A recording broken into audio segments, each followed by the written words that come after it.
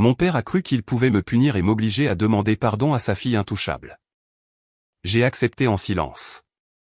Je suis parti à l'aube, et ce pas dehors a marqué le début de la fin pour eux tous, car leur famille idéale n'a pas survécu à la réalité qu'ils avaient laissée derrière eux. Je m'appelle Adrien, j'ai 22 ans, et tout cela a commencé quand j'en avais 17. Pour comprendre pourquoi je me suis dirigé vers la porte sans me battre, il faut d'abord saisir comment était ma vie avant ce jour-là. Ma sœur Céline, qui avait 15 ans à l'époque, a toujours été traitée comme un trésor que nous devions tous admirer. Le favoritisme était si flagrant que même des personnes extérieures le remarquaient. Je me souviens de plus d'une sortie où le serveur faisait remarquer, à moitié en plaisantant, que la petite était clairement la préférée, et mes parents souriaient comme si ce commentaire était un compliment. Pendant qu'elle traînait des vêtements neufs à chaque saison, je portais des habits hérités de mes cousins. Elle recevait le dernier modèle de téléphone et je continuais avec un appareil vieux de 3 ans. Cours de danse, d'art, ateliers, colonies de vacances, tout ce qu'elle demandait lui était accordé. Moi, en revanche, j'entendais la même phrase chaque fois que je demandais quelque chose, économise pour tes études supérieures. Les règles jouaient aussi en sa faveur. Céline pouvait rentrer pratiquement à n'importe quelle heure, tandis que moi, même en étant plus âgé, je devais être à la maison à 21h le week-end. Elle pouvait inviter des amis sans prévenir. Je devais demander la permission 3 jours à l'avance, à condition que cela n'interfère pas avec ses projets. Sa chambre était considérée comme un espace privé. La mienne, apparemment, non. Ils y entraient quand ils voulaient, fouillaient ce qui leur chantait, et quand je me plaignais, mon père me faisait la morale sur la jalousie et ma mère fondait en larmes parce que, selon elle, c'était moi qui causais des problèmes. Céline profitait de chaque occasion pour me faire passer pour le méchant, surtout quand personne d'autre ne regardait. Vers mes 15 ans, j'avais abandonné l'idée d'obtenir un traitement équitable. J'ai choisi de rester en retrait, de me concentrer sur mes études et sur mon travail à temps partiel à la quincaillerie du quartier. Cet emploi a été ma bouée de sauvetage. Au début, je faisais des tâches simples comme ranger la marchandise, mais avec le temps, j'ai appris à mélanger de la peinture, à tailler des clés et à conseiller les clients. Monsieur Dupré, le propriétaire, était un de ces hommes qui traitaient les autres avec un respect sincère, peu importe leur âge. Grâce à lui, la quincaillerie est devenue le seul endroit où je sentais que je valais quelque chose. Il m'a enseigné les bases de la plomberie, de l'électricité et de la lecture de plans, me disant toujours que j'avais la tête bien faite pour les choses pratiques. Le bon sens, tout le monde ne l'a pas, m'a-t-il dit un jour. Ce commentaire a signifié plus pour moi que n'importe quel éloge que mes parents m'aient jamais fait. Et puis est arrivé le mardi qui a tout changé. J'étais dans ma chambre, essayant de finir mon devoir de mathématiques que je devais rendre le lendemain. Monsieur Renard, mon professeur, était réputé pour ses contrôles presque impossibles, donc chaque minute comptait. J'avais les livres ouverts, des feuilles partout, la calculatrice et l'ordinateur portable fonctionnant en même temps. Ce travail représentait 20% de la note du trimestre, je ne pouvais donc pas me permettre d'échouer. À ce moment-là, Céline est entrée sans frapper, comme toujours. Elle voulait prendre mon ordinateur portable car le sien était en train de charger et elle devait terminer un projet pour le lendemain. Je lui ai dit non, sans lever les yeux de mes exercices. Elle a insisté. J'ai répété que je l'utilisais. Elle m'a demandé juste 10 minutes. Je lui ai rappelé que la dernière fois que je le lui avais prêté, elle avait téléchargé quelque chose qui avait fini par infecter le système, et j'avais dû payer pour le faire nettoyer. Son expression est passée de suppliante à agacée en quelques secondes. Elle m'a accusé d'exagérer, d'être égoïste et de ne jamais l'aider. J'ai essayé de l'ignorer, mais ce jour-là, elle n'est pas partie comme d'habitude. Elle est restée là à énumérer des défauts que j'avais entendus 1000 fois, jusqu'à ce qu'elle exige de savoir si je l'écoutais. Non, Céline, j'ai mon propre devoir et je ne vais rien te prêter, lui ai-je répondu. Elle est devenue furieuse. Elle a dit que je me croyais supérieur parce que j'avais de bonnes notes et un travail. J'ai essayé de garder mon calme et lui ai demandé de sortir car j'avais besoin de me concentrer. Elle a répondu en prenant mon livre de maths et en le jetant violemment contre le mur. Le choc a corné des pages, le marque-page est tombé et j'ai perdu l'endroit exact où j'en étais. Je me suis levé, en essayant de ne pas perdre patience. Sors de ma chambre, lui ai-je ordonné. Fais-moi sortir, a-t-elle répliqué. J'ai tenté de garder un ton ferme mais non agressif. Ça n'a servi à rien. Elle m'a poussé à 2 mains de toutes ses forces. C'était la première fois que quelque chose entre nous devenait physique. J'ai trébuché en arrière et me suis cogné la hanche contre le bureau. Ma bouteille d'eau est tombée sur le côté et son contenu s'est déversé sur mes notes, mes exercices et ma calculatrice. L'encre a commencé à baver immédiatement. 3 heures de travail ruinées en moins de 10 secondes. Je suis resté là, à regarder tout s'imbiber, incapable de bouger. Céline, au lieu de regretter, avait une expression que je n'oublierai jamais, de la satisfaction, une sorte de triomphe enfantin parce que je ne lui avais pas donné ce qu'elle voulait. Et là, à cet instant précis, j'ai compris que rien ne changerait tant que je continuerais à vivre sous ce toit. J'ai ressenti une impulsion de l'arrêter avant qu'elle ne détruise autre chose. Alors je me suis levé, je l'ai prise par le bras sans brusquerie mais avec fermeté, et je l'ai conduite vers la porte. Je ne l'ai ni poussée ni maltraitée, je l'ai simplement fait sortir de la pièce comme on ferait sortir quelqu'un qui cause des problèmes. Elle a essayé de se débattre, mais j'ai continué à la guider jusqu'à la laisser dehors. Ne rentre plus, lui ai-je dit en fermant la porte. Elle a aussitôt commencé à frapper dessus avec force. Je vais le dire à papa. Tu as posé les mains sur moi. Tu vas avoir de gros ennuis. Je n'ai pas répondu. Je suis resté à regarder mon bureau, avec le livre par terre, les feuilles dégoulinant sur le tapis et mon travail détruit. Je n'avais rien à rendre le lendemain. 5 minutes plus tard, les coups sur la porte ont changé de rythme. Cette fois, ils étaient plus forts, si secs et lourds que même le cadre vibrait. Adrien, j'ai entendu la voix de mon père de l'autre côté. Ouvre cette porte, tout de suite. Je l'ai fait lentement. Il était là, le visage rouge et les veines du cou saillantes. À ses côtés, Céline faisait semblant de pleurer avec une perfection digne d'un prix. Des larmes coulaient sur ses joues, même si je savais qu'elle pouvait les déclencher à volonté, elle le faisait depuis qu'elle était petite.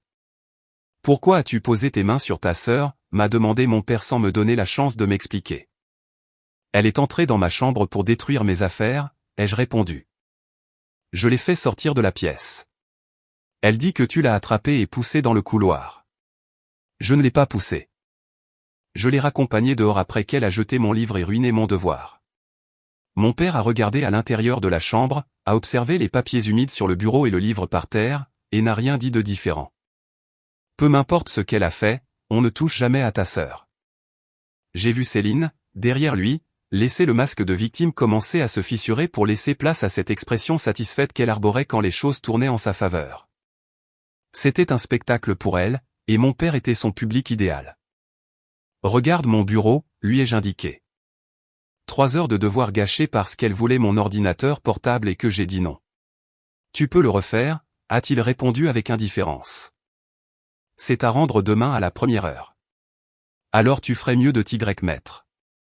Mais avant, il a croisé les bras, tu t'excuses auprès de ta sœur. Je les ai regardés tous les deux. Mon père avec son air moralisateur, Céline avec ses fausses larmes et ce sourire caché. Mon devoir encore humide, goûtant sur le tapis. Pourquoi devrais-je m'excuser, ai-je demandé. Elle est entrée, a pris mes affaires, les a détruites et m'a attaqué quand j'ai essayé de l'arrêter. Quelle partie de cela mérite des excuses de ma part? Pour avoir posé tes mains sur elle, a-t-il répété. Je l'ai observé, sentant à quel point la situation devenait absurde. Il avait déjà décidé que j'étais coupable avant même d'entendre un seul de mes mots. Les larmes de Céline avaient suffi pour qu'il rende son verdict. Je n'ai pas répondu. Son visage est passé du rouge au violet. Que as-tu dit? J'ai dit non. Je ne vais pas m'excuser pour quelque chose que je n'ai pas mal fait. C'est Céline qui m'a attaqué. Je me suis défendu. Tu l'as poussé, a-t-il insisté. Je l'ai sorti de ma chambre après qu'elle m'a agressé. Ce n'est pas la même chose. Maintenant, Céline versait encore plus de larmes, s'efforçant de les rendre réelles. Ses épaules tremblaient, exactement comme lorsqu'elle voulait que mes parents achètent quelque chose de cher ou qu'elle cherchait à éviter une punition. Je connaissais ce spectacle depuis toujours. C'est ta petite sœur, a dit mon père en haussant la voix. Tu pèses 15 kilos de plus qu'elle et tu es beaucoup plus grand. Ça ne lui donne pas le droit de me frapper, ai-je répondu. Elle ne t'a pas frappé. Elle t'a poussé. C'est différent. L'ironie était incroyable. Quand elle m'attaquait, c'était juste une poussée. Quand je la retirais de ma chambre, c'était une agression. Papa, regarde mon devoir. Vraiment, regarde-le, ai-je demandé. Il y a jeté un regard rapide. Je vois du papier mouillé. Tu peux le refaire. Ce sont 3 heures de maths, et j'ai aussi une lecture d'anglais, une révision pour un contrôle d'histoire, et mon service à la quincaillerie commence dans 1 heure. Tu aurais dû y penser avant de poser les mains sur ta sœur. Céline écoutait tout avec satisfaction. Elle ne feignait même plus de vraies larmes, elle se contentait de les essuyer comme pour laisser une trace suffisante pour paraître la victime idéale. « Je veux des excuses », a-t-elle dit d'une voix tremblante. « Tu m'as fait peur. » L'incrédulité m'a arraché un bref rire. « Moi, je t'ai fait peur ? Tu es entré dans ma chambre, tu as détruit mes affaires, tu m'as attaqué et tu dis que je t'ai fait peur ? Tu m'as attrapé, a-t-elle dit en élevant le ton. Tu m'as fait mal au bras. Montre-moi le bleu, ai-je répondu. Elle a relevé sa manche avec théâtralité. Il n'y avait absolument rien, pas la moindre marque. Même si ça ne se voit pas, ça fait mal, a-t-elle sangloté. Mon père a passé un bras autour de ses épaules. Adrien, excuse-toi auprès de ta sœur, tout de suite. J'ai regardé cette scène, mon père la protégeant, ignorant ce qui venait de se passer, agissant comme si j'étais le méchant de l'histoire. J'ai pris une profonde inspiration. Non, ai-je répété calmement. C'est alors que mon père a prononcé la phrase qui a tout changé. Très bien. Tu es consigné. Je l'ai regardé sans comprendre. Consigné de quoi? De cette maison. Tu es puni jusqu'à ce que tu t'excuses auprès de Céline. Plus de téléphone, plus d'ordinateur, plus de sorties avec les amis, plus rien. Tu ne peux sortir que pour aller au lycée et pour manger. Si tu veux agir comme si tu ne respectais pas ta famille, alors tu resteras enfermé dans ta chambre à réfléchir à ton comportement. J'ai assimilé l'absurdité de la punition. Un enfermement indéfini, isolé dans ma propre maison pour m'être défendu contre une attaque. Pour combien de temps, ai-je demandé? Jusqu'à ce que tu t'excuses. Et si tu ne le fais pas, tu resteras consigné. C'est toi qui décides, Adrien. C'est ta responsabilité. Céline avait déjà cessé de feindre la tristesse. Maintenant, elle attendait simplement, m'observant avec ce sourire victorieux qui apparaissait chaque fois qu'elle parvenait à manipuler la situation en sa faveur. Elle était convaincue que j'allais plier, comme tant de fois auparavant. Quand j'ai vu mon cahier trempé, les feuilles collées les unes aux autres, et le manuel scolaire jeté par terre comme s'il ne valait rien, quelque chose en moi s'est réajusté différemment. Ce n'était ni de la rage ni de la frustration, mais une compréhension silencieuse. Et lorsque j'ai levé les yeux et croisé le sourire satisfait de Céline, à côté du geste rigide et sentencieux de mon père, j'ai su immédiatement qu'il avait déjà choisi un coupable. Moi. Sans m'écouter, sans même envisager que quelque chose de différent de sa version préférée ait pu se produire. J'ai pris une profonde inspiration, j'ai serré la mâchoire et n'ai prononcé que 2 mots. D'accord. Papa a haussé les sourcils, déconcerté. Il s'attendait manifestement à autre chose, que je discute, que je proteste, que je crie comme avant, quand j'avais encore l'illusion que hausser le ton servirait à quelque chose. Au fil des ans, le schéma était toujours le même. J'essayais de me défendre, il me faisait taire, et tôt ou tard, je finissais par céder, car se disputer avec lui, c'était comme frapper un mur de béton. Pas cette fois. Cette fois, ça n'en valait tout simplement plus la peine. Céline, derrière lui, semblait triompher sans avoir rien gagné de légitime. Combien de temps, ai-je demandé très calmement. Jusqu'à ce que tu t'excuses, a-t-il statué, convaincu de me donner une leçon nécessaire, comme si j'étais un enfant qui avait besoin d'être corrigé. J'ai de nouveau regardé mes notes ruinées et l'expression fière de ma sœur, et j'ai compris qu'aucune punition ne changerait rien, car le problème n'était pas la punition, mais la place qu'ils avaient décidé de m'attribuer dans l'histoire familiale. Sans discuter, papa a tendu la main. Donne-moi le portable et l'ordinateur. Je les lui ai remis en silence. Je n'ai même pas tenté de me justifier. Ce geste l'a déconcerté plus que toute protestation. Il est parti avec cet air de victoire qu'il aimait arborer quand il sentait qu'il avait repris le contrôle. Céline l'a suivi comme si elle défilait, me regardant par-dessus son épaule avec une fierté qu'elle n'avait pas méritée. J'ai fermé la porte de ma chambre avec soin et me suis assis sur le lit. J'ai ressenti quelque chose d'étrange, un calme froid, une clarté que je n'avais jamais expérimentée auparavant. Rien de ce qui s'était passé ne me surprenait vraiment. La seule nouveauté, c'est que je ne comptais plus le supporter. Depuis 2 ans, chaque billet que j'avais gagné à mon travail à temps partiel à la quincaillerie, je l'avais gardé en secret. Dans une enveloppe au fond de mon tiroir, j'avais 3200 €, de l'argent que je prévoyais d'utiliser pour couvrir mes frais d'études. Mais la vie change, et ce fonds d'urgence venait de se transformer en ma voie de sortie.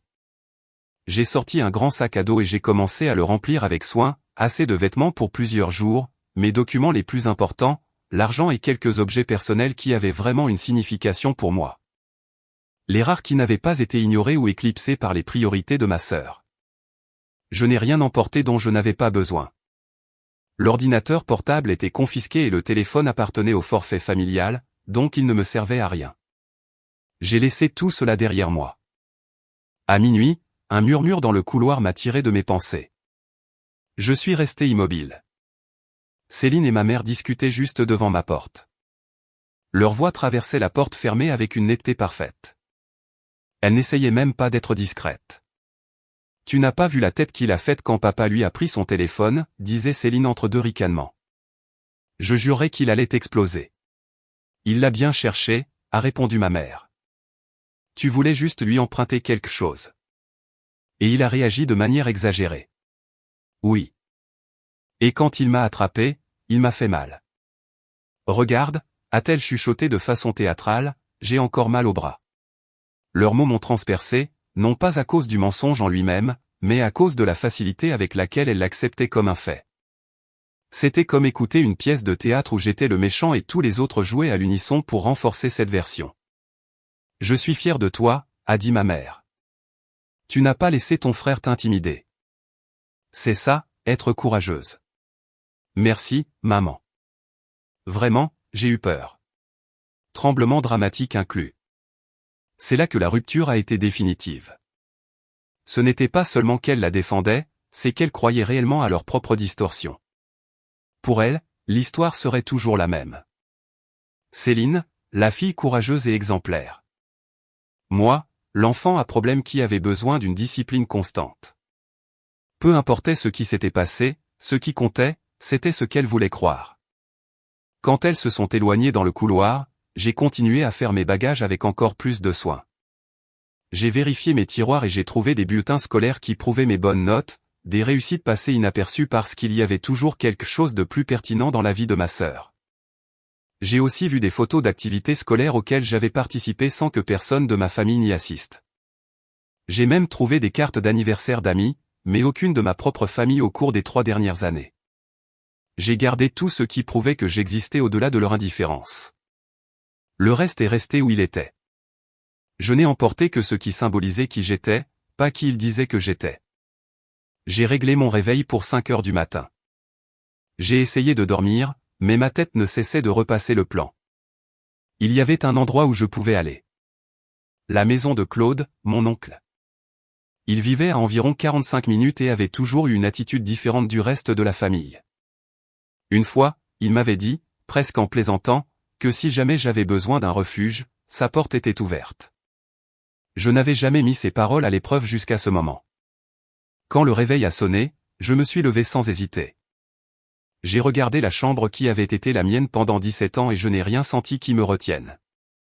Je suis descendu sans faire de bruit.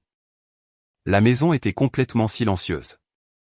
J'ai écrit une courte note et l'ai laissée sur la table de la cuisine. Je suis parti. Ne me cherchez pas. J'ai ouvert la porte d'entrée et je suis sorti avec mon sac à dos, sentant l'air froid de l'aube sur mon visage. Je suis monté dans ma Honda Civic et j'ai commencé à conduire.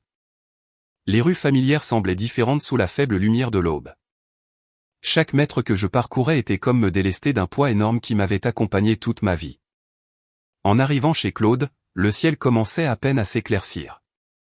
Il était déjà debout, en train de préparer du café. Les mécaniciens commencent souvent leur journée avant les autres. Il m'a vu depuis l'entrée, a observé mon sac à dos et mon expression fatiguée, et a simplement dit « Entre, gamin. Tu as l'air épuisé. Assieds-toi. Je te sers un café. » Il n'a pas exigé d'explication. Il n'a rien remis en question. Il m'a donné une tasse avec assez de crème et de sucre pour adoucir le choc de la matinée.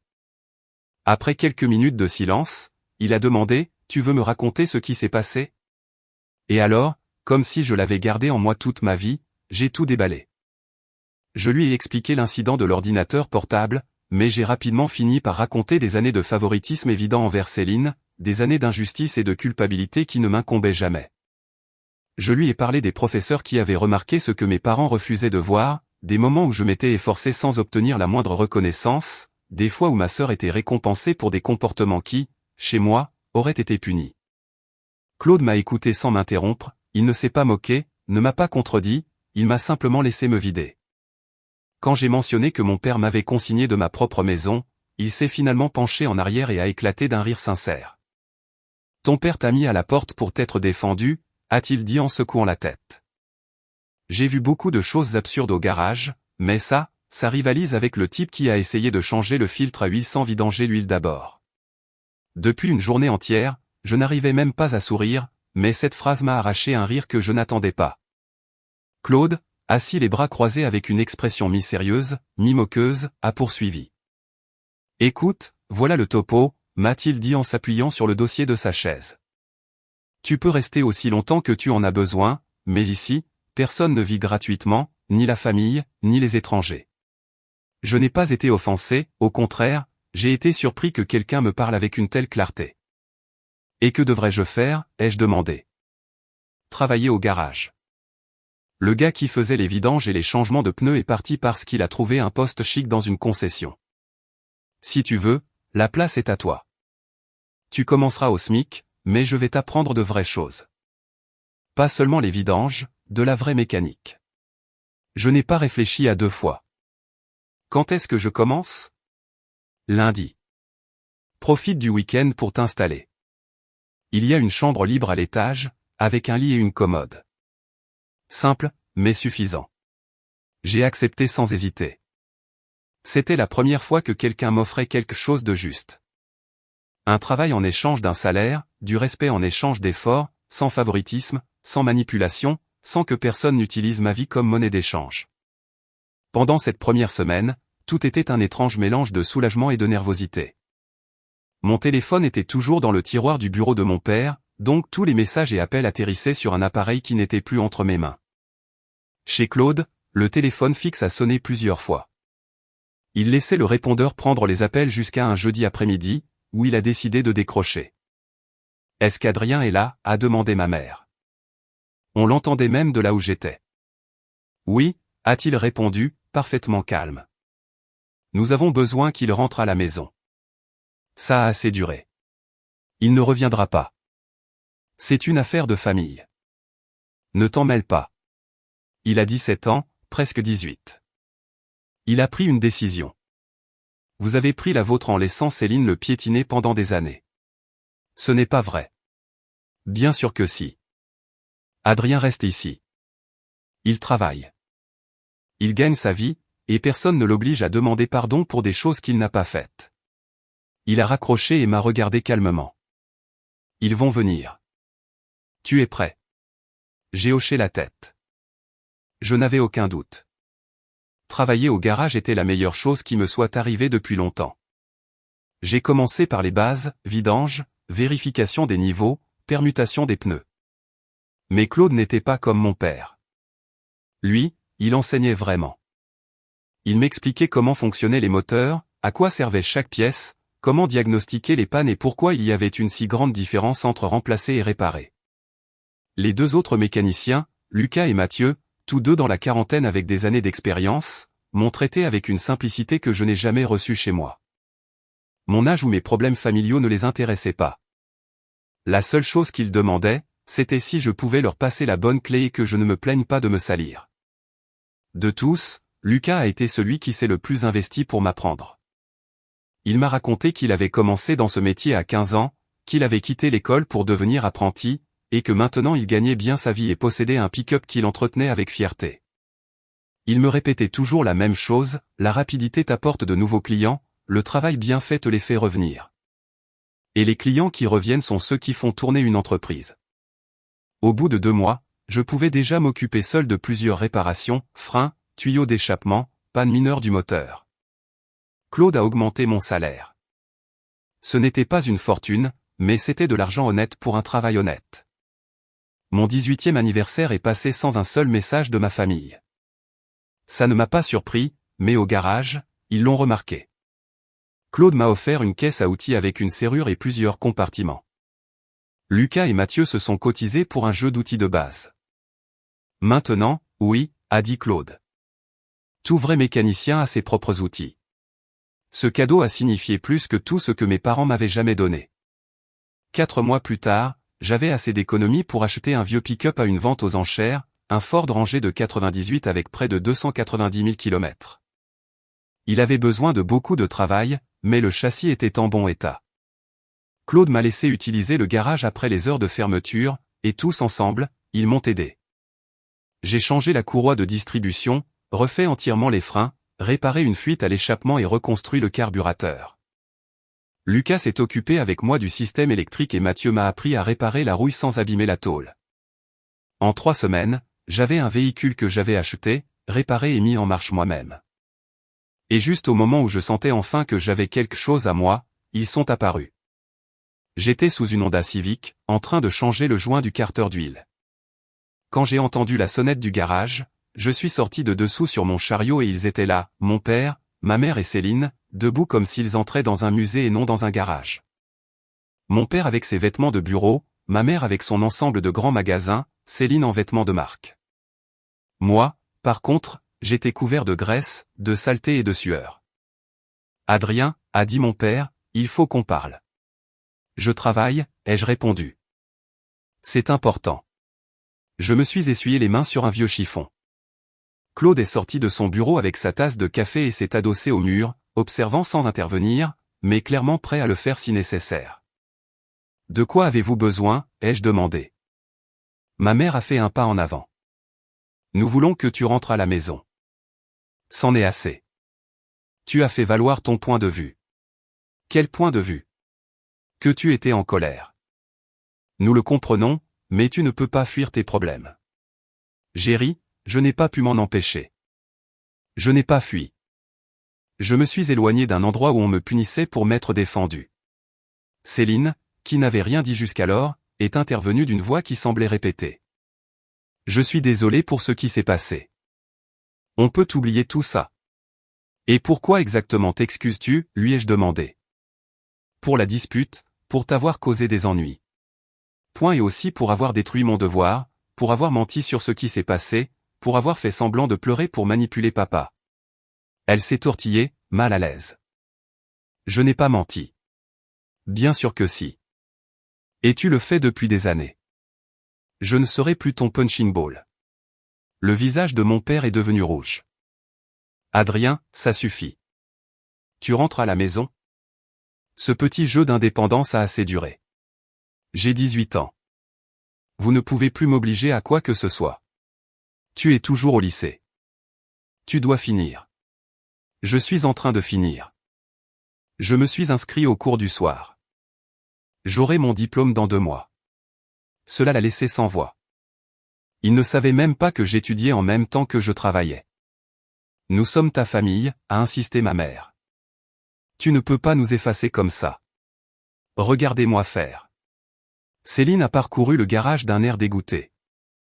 Sérieusement, tu vas rester ici? À travailler sur des voitures comme un déscolarisé. C'est mieux que d'être dans une maison où on me donnait tout sans m'apprendre quoi que ce soit d'utile. Son visage s'est empourpré, comme si elle était soudainement exposée à une lumière qu'elle ne pouvait supporter. Céline a plissé les yeux et a lâché d'une voix tremblante, entre rage et honte, je ne suis pas une déscolarisée. Le commentaire est tombé entre nous comme une étincelle sur un terrain sec. J'ai pris une profonde inspiration avant de répondre, essayant de garder un ton ferme sans me laisser entraîner dans la dispute. Je n'ai jamais dit ça, ai-je répliqué sans hausser la voix. Mais au moins, j'apprends un vrai métier. Quelque chose qui me donne des outils pour travailler, pas des stratégies pour manipuler les gens. Le silence n'a duré que quelques secondes. Mon père s'est avancé comme pour occuper tout l'espace, marquant chaque pas avec l'intention claire d'imposer son autorité. Il m'a pointé du doigt, ce geste qu'il avait toujours utilisé pour me faire taire quand j'étais enfant, comme s'il pouvait encore m'intimider de la même manière. Ça suffit, Adrien, tu dépasses les bornes. Tu es irrespectueux. Un rire sec s'est formé dans ma gorge, mais je l'ai contenu. Irrespectueux, ai-je répondu calmement, bien qu'à l'intérieur, je ressentais une fatigue accumulée pendant des années. Tu m'as consigné de ma propre maison pour m'être défendu.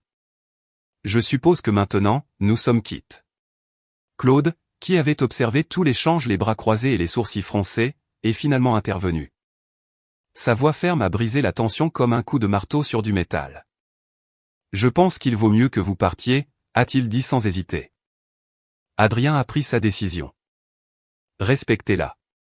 Mon père s'est tourné vers lui avec un reniflement de mépris. Ce ne sont pas tes affaires. Claude n'a pas reculé d'un centimètre. Bien sûr que si. Le gamin vit chez moi et travaille dans mon garage. Ça fait de moi une partie de l'affaire. Que tu le veuilles ou non. Il y eut un silence lourd. Mes parents et Céline sont restés une minute de plus, plantés à l'entrée du garage, comme s'ils s'attendaient à ce que je craque à tout moment, que je recule, que je supplie, que je demande pardon. C'était la dynamique habituelle. Ils imposaient, j'obéissais. Mais pas cette fois. Je n'ai pas bougé, je n'ai rien dit, je n'ai pas fait le moindre geste de recul. Je suis simplement resté ferme.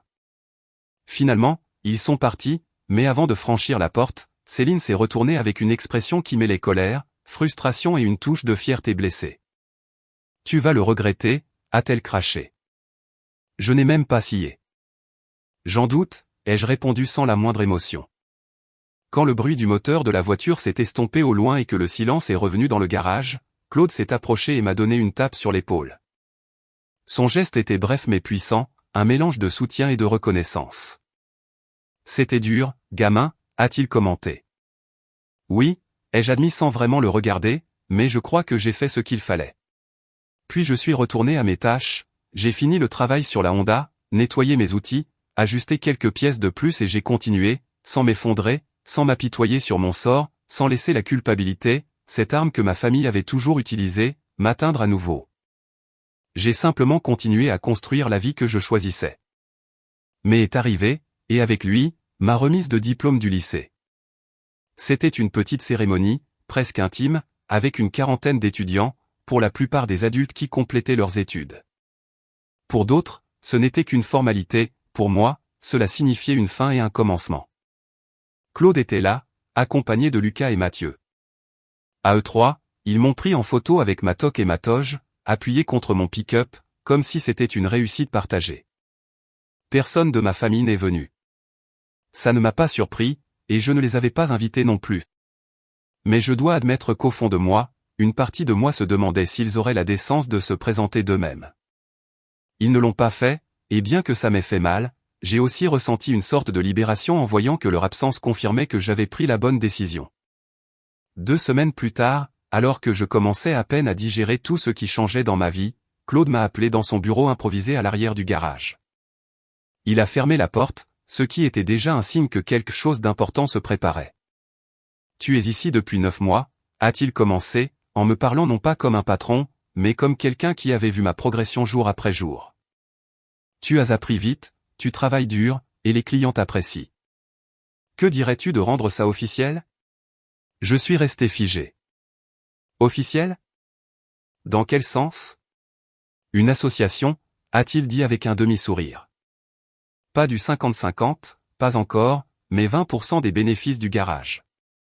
Si tu continues à apprendre, à contribuer et à développer cette affaire avec moi, ce pourcentage pourra augmenter chaque année. Pendant un instant, j'ai eu l'impression que l'air me manquait. Ce n'était pas une offre d'emploi. C'était une porte ouverte sur un avenir réel, stable, construit de mes propres mains. Et quel est le piège, ai-je demandé, encore incrédule. Il n'y a pas de piège, a-t-il répondu. Tu l'as mérité. De plus, je ne rajeunis pas. Je préfère construire ça avec quelqu'un en qui j'ai confiance plutôt que de vendre à une chaîne quand je prendrai ma retraite. Nous nous sommes serrés la main, et ce simple geste a scellé plus qu'un accord. Il a scellé la première fois de ma vie qu'un adulte pariait sur moi sans condition cachée. Claude a fait rédiger les documents par un avocat, et à 18 ans, je suis devenu officiellement copropriétaire d'une entreprise légitime. Cet été-là fut intense. Le garage a commencé à recevoir plus de voitures que jamais. Les gens disaient que Claude, et maintenant moi, faisions un travail honnête, efficace et à un prix juste. Nous avons dû embaucher un autre mécanicien, Antoine, un homme plus âgé qui avait été licencié de la concession où il travaillait. Il a apporté des compétences plus avancées, notamment en diagnostic électrique, et m'a appris des choses que j'apprécie encore aujourd'hui. Fin août, après des mois de travail acharné et en ayant économisé presque chaque centime, j'avais assez pour m'installer seul. J'ai trouvé un petit studio, simple, mais à moi. Claude m'a aidé à déménager mes quelques affaires, y compris ma caisse à outils, qui pour moi valait plus que n'importe quel meuble. Tu fais bien les choses, m'a-t-il dit quand nous avons eu fini. Ton père ne sait pas ce qu'il a perdu. Il avait raison, bien qu'aucun de nous n'imaginait à quel point ma famille allait s'effondrer par la suite. Les appels ont commencé en septembre, non pas de mes parents, mais de membres de la famille qui n'appelaient jamais sauf s'ils avaient besoin de quelque chose. Tante Lucienne, ma grand-mère, même un cousin à qui je n'avais parlé que 2 ou 3 fois dans ma vie. Tous répétaient la même rengaine. Je devais revenir. La famille s'effondrait, Céline était hors de contrôle. La maison était devenue un chaos. J'ai ignoré la plupart des appels, mais un jour, c'est ma grand-mère qui a appelé directement au garage, court-circuitant tout filtre. Adrien, mon chéri, s'il te plaît, parle à tes parents. Pourquoi faire? Les choses vont très mal. Céline a des problèmes. Le mot problème m'a un peu tendu, mais pas assez pour que je cède à leur urgence. Quel genre de problème? Ma grand-mère a hésité, ce qui était rare chez elle. Elle est enceinte. Le silence qui a suivi a été froid, prolongé. De combien de mois, ai-je finalement demandé? 4 mois. Et le père ne veut rien savoir. Tes parents sont anéantis. J'ai hoché la tête pour moi-même, bien qu'elle ne puisse pas me voir. Je suis désolé d'entendre ça. Adrien, s'il te plaît. Ils avaient besoin que je demande pardon pour m'être défendu. J'avais besoin qu'ils me croient au lieu de faire de moi le méchant. On n'obtient pas toujours ce dont on a besoin. Tu es cruel? Non, grand-mère. Je suis sincère. Céline a pris des décisions. C'est à son tour d'en assumer les conséquences. J'ai raccroché avant qu'elle ne puisse continuer. Et bien qu'une partie de moi se soit sentie coupable de lui avoir parlé ainsi, une autre partie savait que si je cédais une seule fois, tout redeviendrait comme avant.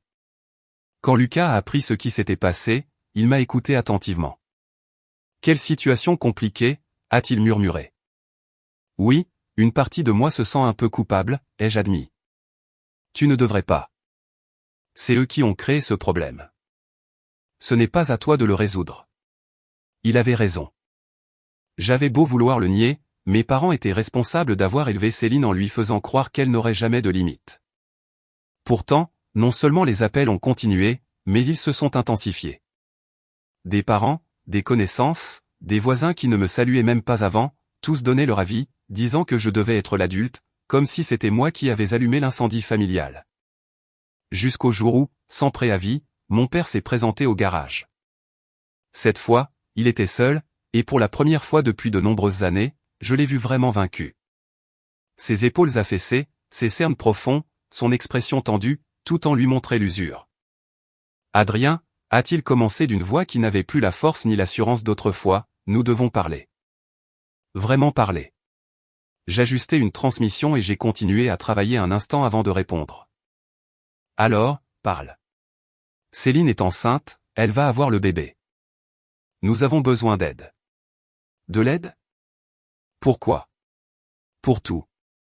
Nous ne pouvons pas entretenir un bébé. Ta mère a vu ses heures de travail réduites. Moi, j'ai à peine de quoi payer le crédit immobilier et les factures. Et Céline étudie encore. Ça a l'air compliqué. Ne sois pas comme ça, a-t-il dit avec frustration. Nous sommes une famille. J'ai posé mes outils, je l'ai regardé droit dans les yeux et j'ai parlé avec le calme de quelqu'un qui avait déjà porté trop de fardeaux qui n'étaient pas les siens. Tu utilises ce mot comme s'il effaçait ce que vous avez fait. Vous m'avez consigné de ma propre maison pour m'être défendu. Nous ne t'avons pas expulsé. C'est toi qui es parti. Vous avez créé une consigne indéfinie parce que je n'ai pas voulu m'excuser après que Céline m'a attaqué et a détruit mes affaires. Qu'est-ce que vous attendiez? Que tu t'excuses et que tu passes à autre chose. Non, Que tu abandonnes ta famille. Je n'ai abandonné personne. J'ai cessé d'être votre cible. Mon père a baissé les yeux. Il paraissait plus vieux que jamais. Je ne viens pas pour discuter du passé. Je viens te demander de l'aide. Nous avons besoin d'argent. Le bébé arrive dans 5 mois et nous ne sommes pas prêts. Trouve un deuxième travail. J'ai 52 ans, Adrien. Je ne peux pas gérer 2 emplois. J'en avais 17. J'étudiais et je travaillais. Tu peux aussi trouver un moyen. Il a serré les dents. Pourquoi es-tu si dur avec moi? J'ai repris mon travail sur la transmission sans le regarder. Je ne suis pas dur. J'ai juste arrêté de porter des problèmes qui ne sont pas les miens. Céline a voulu se comporter comme une adulte. C'est à son tour d'assumer. Elle a 16 ans, a-t-il répondu, cherchant la compassion. Assez pour tomber enceinte, assez pour affronter la réalité. Mon père a pris une profonde inspiration, comme pour rassembler ses forces pour une dernière question. C'est vraiment ce que tu veux? Couper les ponts avec toute ta famille pour une dispute? J'ai levé les yeux. Ce n'était pas une dispute. C'était des années à voir Céline faire tout ce qu'elle voulait pendant que je payais les conséquences du simple fait d'exister. Cet incident avec l'ordinateur portable n'a été que le point de rupture, la dernière pièce qui a tout fait s'écrouler. Ma famille insistait sur le fait que nous avions tous commis des erreurs et qu'ils essayaient de réparer ce qui s'était passé, mais je savais que ce n'était pas vrai. Ils ne cherchaient pas à réparer quoi que ce soit. Ce qu'ils voulaient, c'était accéder à mon argent parce que la situation de Céline était devenue coûteuse, compliquée et épuisante. Je le leur ai dit sans détour. Mon père est parti sans me répondre. Cet hiver a été très dur, mais pas pour moi. Au garage, le travail était constant. Chaque jour, j'apprenais davantage. Et bien que mon appartement soit petit, il était chaud, payé et à moi. En revanche, ma famille sombrait rapidement. J'apprenais tout par des bribes de conversation de connaissances ou de parents éloignés. Mon père a dû contracter une deuxième hypothèque. Ma mère a fini par accepter 2 emplois à temps partiel avec des horaires imprévisibles, et Céline a abandonné le lycée parce qu'elle ne pouvait pas suivre le rythme en étant enceinte. Le bébé est né en février, une fille. Je l'ai appris par une publication sur les réseaux sociaux d'un cousin éloigné. Sur la photo, Céline avait l'air hagard, serrant dans ses bras cette petite créature minuscule et ridée, tandis que mes parents posaient derrière avec une expression qui mêlait choc, fatigue et désarroi émotionnel. Peu après, ma grand-mère m'a rappelé. Tu as une nièce. Félicitations à Céline. Tu n'aimerais pas la rencontrer? Honnêtement, non. Adrien, c'est la famille. Et moi aussi, j'en suis, ai-je répondu. Ça ne vous a jamais empêché de me mettre de côté chaque fois qu'elle était impliquée. Ma grand-mère a gardé un long silence avant d'insister. Il traverse une période très difficile. Le bébé a besoin de choses. Céline est dépassée et tes parents se tuent à la tâche pour tout couvrir. Ils auraient dû y penser avant de lui donner carte blanche pendant 16 ans. Tu es cruel? Non, grand-mère. Je suis honnête. Les décisions ont des conséquences. J'ai appris cette leçon le jour où on m'a consigné de ma propre maison pour m'être défendu. Maintenant, c'est à leur tour. Elle a raccroché. Nous n'avons plus parlé. Dans les mois qui ont suivi, les tentatives de contact de ma famille sont devenues plus désespérées. Mon père me demandait des prêts. Ma mère insinuait que je devrais rentrer à la maison pour aider avec les dépenses, et Céline m'envoyait des messages interminables sur la difficulté d'être une mère adolescente, sur les couches, le lait, sur le coût de tout. Je n'ai jamais répondu, non par rancune, mais parce que je savais que toute aide ne ferait que renforcer le même cycle qui m'avait expulsé. Ils avaient besoin de toucher le fond sans dépendre de moi comme de leur bouée de sauvetage. À l'été, leur situation s'est encore aggravée. Mon père a perdu son emploi suite à une restructuration interne. Ma mère a de nouveau vu ses heures réduites. Ils ont accumulé 3 mois de retard sur le crédit immobilier. Pendant ce temps, ma vie avançait dans la direction opposée. J'ai acheté un meilleur pick-up, j'ai restauré mon vieux Ranger et je l'ai vendu avec un bénéfice considérable. Puis j'ai acquis un pick-up plus récent avec moins de kilomètres. Claude, satisfait de mon travail, a augmenté ma part des bénéfices à 30% après une année exceptionnelle au garage. J'ai commencé à économiser sérieusement, me constituant une base financière solide. L'ironie était flagrante. À peine 1 an et demi plus tôt, je vivais sous leur toit, obéissant à des règles absurdes et portant une culpabilité qui n'était pas la mienne. Et maintenant, j'étais indépendant, stable et en pleine progression, tandis que s'effondrait 100 personnes à blâmer. Un jour, alors que Lucas et moi changions un moteur, il l'a dit avec sa franchise caractéristique. C'est presque poétique, tu ne trouves pas? Ils t'ont traité comme si tu ne valais rien, et maintenant tu es mieux loti qu'eux tous réunis. Il avait raison. C'était poétique, un peu triste aussi, mais pas assez pour que je retourne secourir ceux qui m'avaient poussé dehors. Au début de la 2e année, la nouvelle de la saisie immobilière est tombée. Je l'ai appris grâce à tante Lucienne, l'une des rares qui ne m'avait jamais poussé à revenir. Elle m'a invité à déjeuner juste pour m'informer. Ils vont perdre la maison, m'a-t-elle dit. La banque leur a donné 60 jours pour se mettre à jour, sinon ils sont dehors. Combien doivent-ils? Près de 7 500 €. Je n'ai rien dit. C'était presque la même somme que j'avais économisée. De l'argent que j'avais gagné par mes propres efforts, que je gardais pour les urgences ou pour développer le garage. Je sais ce que tu penses, a-t-elle ajouté. Je ne te demande pas de les aider. Je voulais juste que tu saches. Je les remerciais. Tante Lucienne était sincère. Mes parents avaient été têtus et permissifs avec Céline, puis il restait ma famille. Je savais qu'elle le disait par affection, mais je savais aussi autre chose.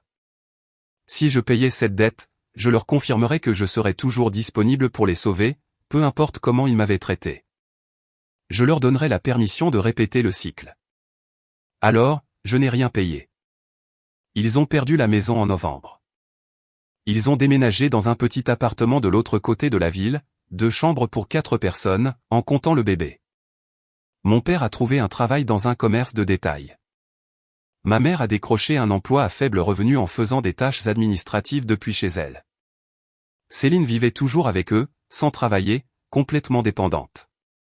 Ce Noël-là, j'ai reçu une seule carte, de Céline. À l'intérieur, il y avait une photo de la petite, qui avait presque 1 an, avec un message manuscrit, « Joyeux Noël de la part de ta nièce, Salomé. » Elle adorerait rencontrer son oncle un jour.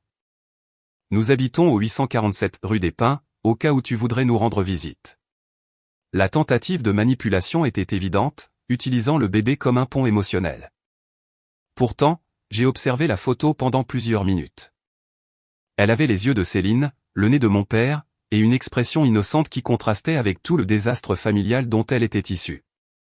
Un instant, j'ai pensé à monter dans mon pick-up. J'ai presque failli le faire, mais je me suis souvenu de l'expression de satisfaction de Céline le jour où mon père m'avait consigné.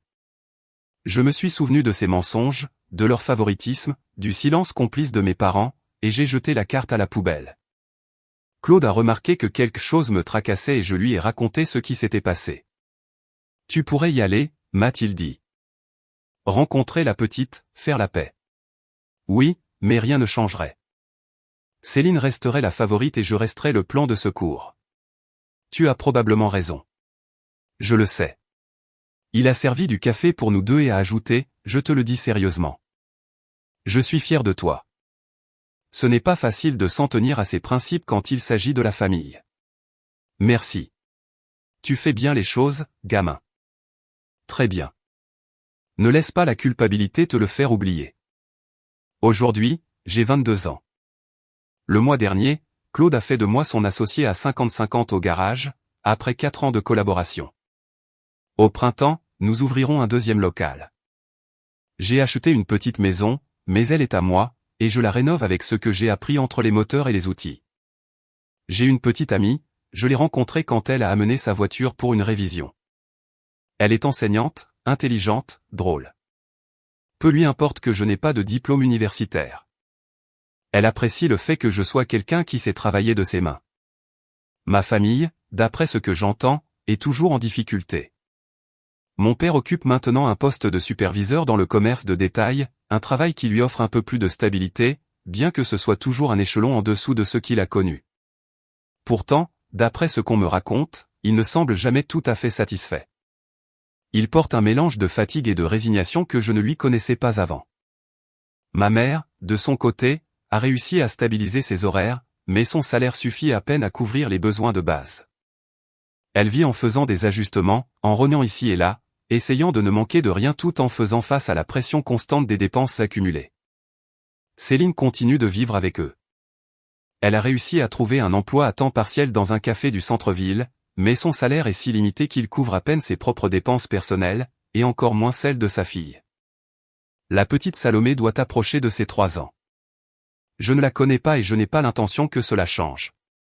Parfois, j'entends des bribes de conversation sur sa croissance, sur ses premiers mots ou sur les bêtises typiques de son âge. Mais tout cela me parvient comme des nouvelles d'une famille lointaine, une famille dont j'ai fait partie un jour, mais dont je ne fais plus partie. Il y a quelques semaines, alors que je finissais de régler un pick-up au garage, j'ai vu mon père franchir la porte. Il n'arrivait pas avec son urgence habituelle, ni avec cet air d'autorité qui l'accompagnait toujours. Il semblait plutôt que chaque pas lui pesait 2 fois plus lourd. Je pensais qu'il allait me demander quelque chose, comme toutes les fois précédentes, mais cette fois, il n'a pas commencé la conversation avec des demandes voilées ou des excuses. « Il faut que je te parle », a-t-il dit. J'ai simplement posé mes outils et je l'ai écouté. « Je sais que je n'ai aucun droit de demander quoi que ce soit », a-t-il continué. « Je ne suis pas là pour de l'argent ou des faveurs. » Rien que ça, c'était nouveau. « J'ai juste eu le temps de réfléchir », a-t-il ajouté d'un ton que je ne lui avais jamais entendu. « Et je veux reconnaître ce que je n'ai jamais admis. Ce que nous avons fait était mal. Ce que j'ai fait était mal. Cette fois-là avec Céline, en te consignant, en ignorant ce que tu disais. Tout. Je ne l'ai pas compris à l'époque. Je pensais agir en bon père, mais maintenant je vois que je t'ai laissé tomber. Que nous t'avons laissé tomber. Je suis resté silencieux. J'avais attendu des années pour entendre quelque chose comme ça, mais quand c'est finalement arrivé, la sensation n'a été ni de triomphe ni de soulagement. C'était un mélange amer, une reconnaissance tardive qui n'avait plus le pouvoir de rien réparer. Je ne cherche pas à ce que tu reviennes, a-t-il ajouté. Je n'espère pas que tu me pardonnes. Je voulais juste le dire. Que tu le saches. J'ai pris une profonde inspiration. Une partie de moi voulait garder le mur intact, continuer à nourrir la distance. Une autre, plus lasse, voulait simplement clore ce chapitre, non pas par une réconciliation, mais par une acceptation. J'apprécie que tu le dises, ai-je répondu, sincèrement. Il a hoché la tête sans essayer de me prendre dans ses bras ni de prolonger la conversation. Il avait l'air épuisé, comme si prononcer ces mots avait été un effort monumental. Tu as fait beaucoup de choses de ta vie, a-t-il murmuré avant de partir. Plus que ce que nous imaginions. J'aurais aimé voir ça avant. Je n'ai pas répondu. Je l'ai regardé s'éloigner sur le parking, marcher vers une voiture qui n'était plus la sienne, mais prêtée par un ami, m'avait-on dit. Et à ce moment-là, j'ai réalisé quelque chose. Il n'y avait plus de colère, seulement de la distance. Un abîme construit par des années de petites décisions, de longs silences et de favoritisme répétés. Depuis, je n'ai plus eu de nouvelles. Il n'est pas revenu et je n'ai pas cherché à le contacter. Non pas parce que je veux le punir, mais parce que pour la première fois de ma vie, le silence a pour moi un goût de paix. J'ai mon travail, ma maison que je répare petit à petit, une relation qui me fait sentir valorisé et un avenir que je construis de mes propres mains. Et bien que ma famille reste empêtrée dans les mêmes problèmes que toujours, j'ai compris une chose. Il n'est pas de mon devoir de sauver ceux qui n'ont jamais eu l'intention de me soutenir. Mon chemin continue, et ils devront apprendre, comme je l'ai fait il y a des années, que les choix, bons ou mauvais, ont toujours un prix. Cette histoire vous a plu? Laissez un commentaire et abonnez-vous pour soutenir la chaîne. D'autres histoires arrivent bientôt.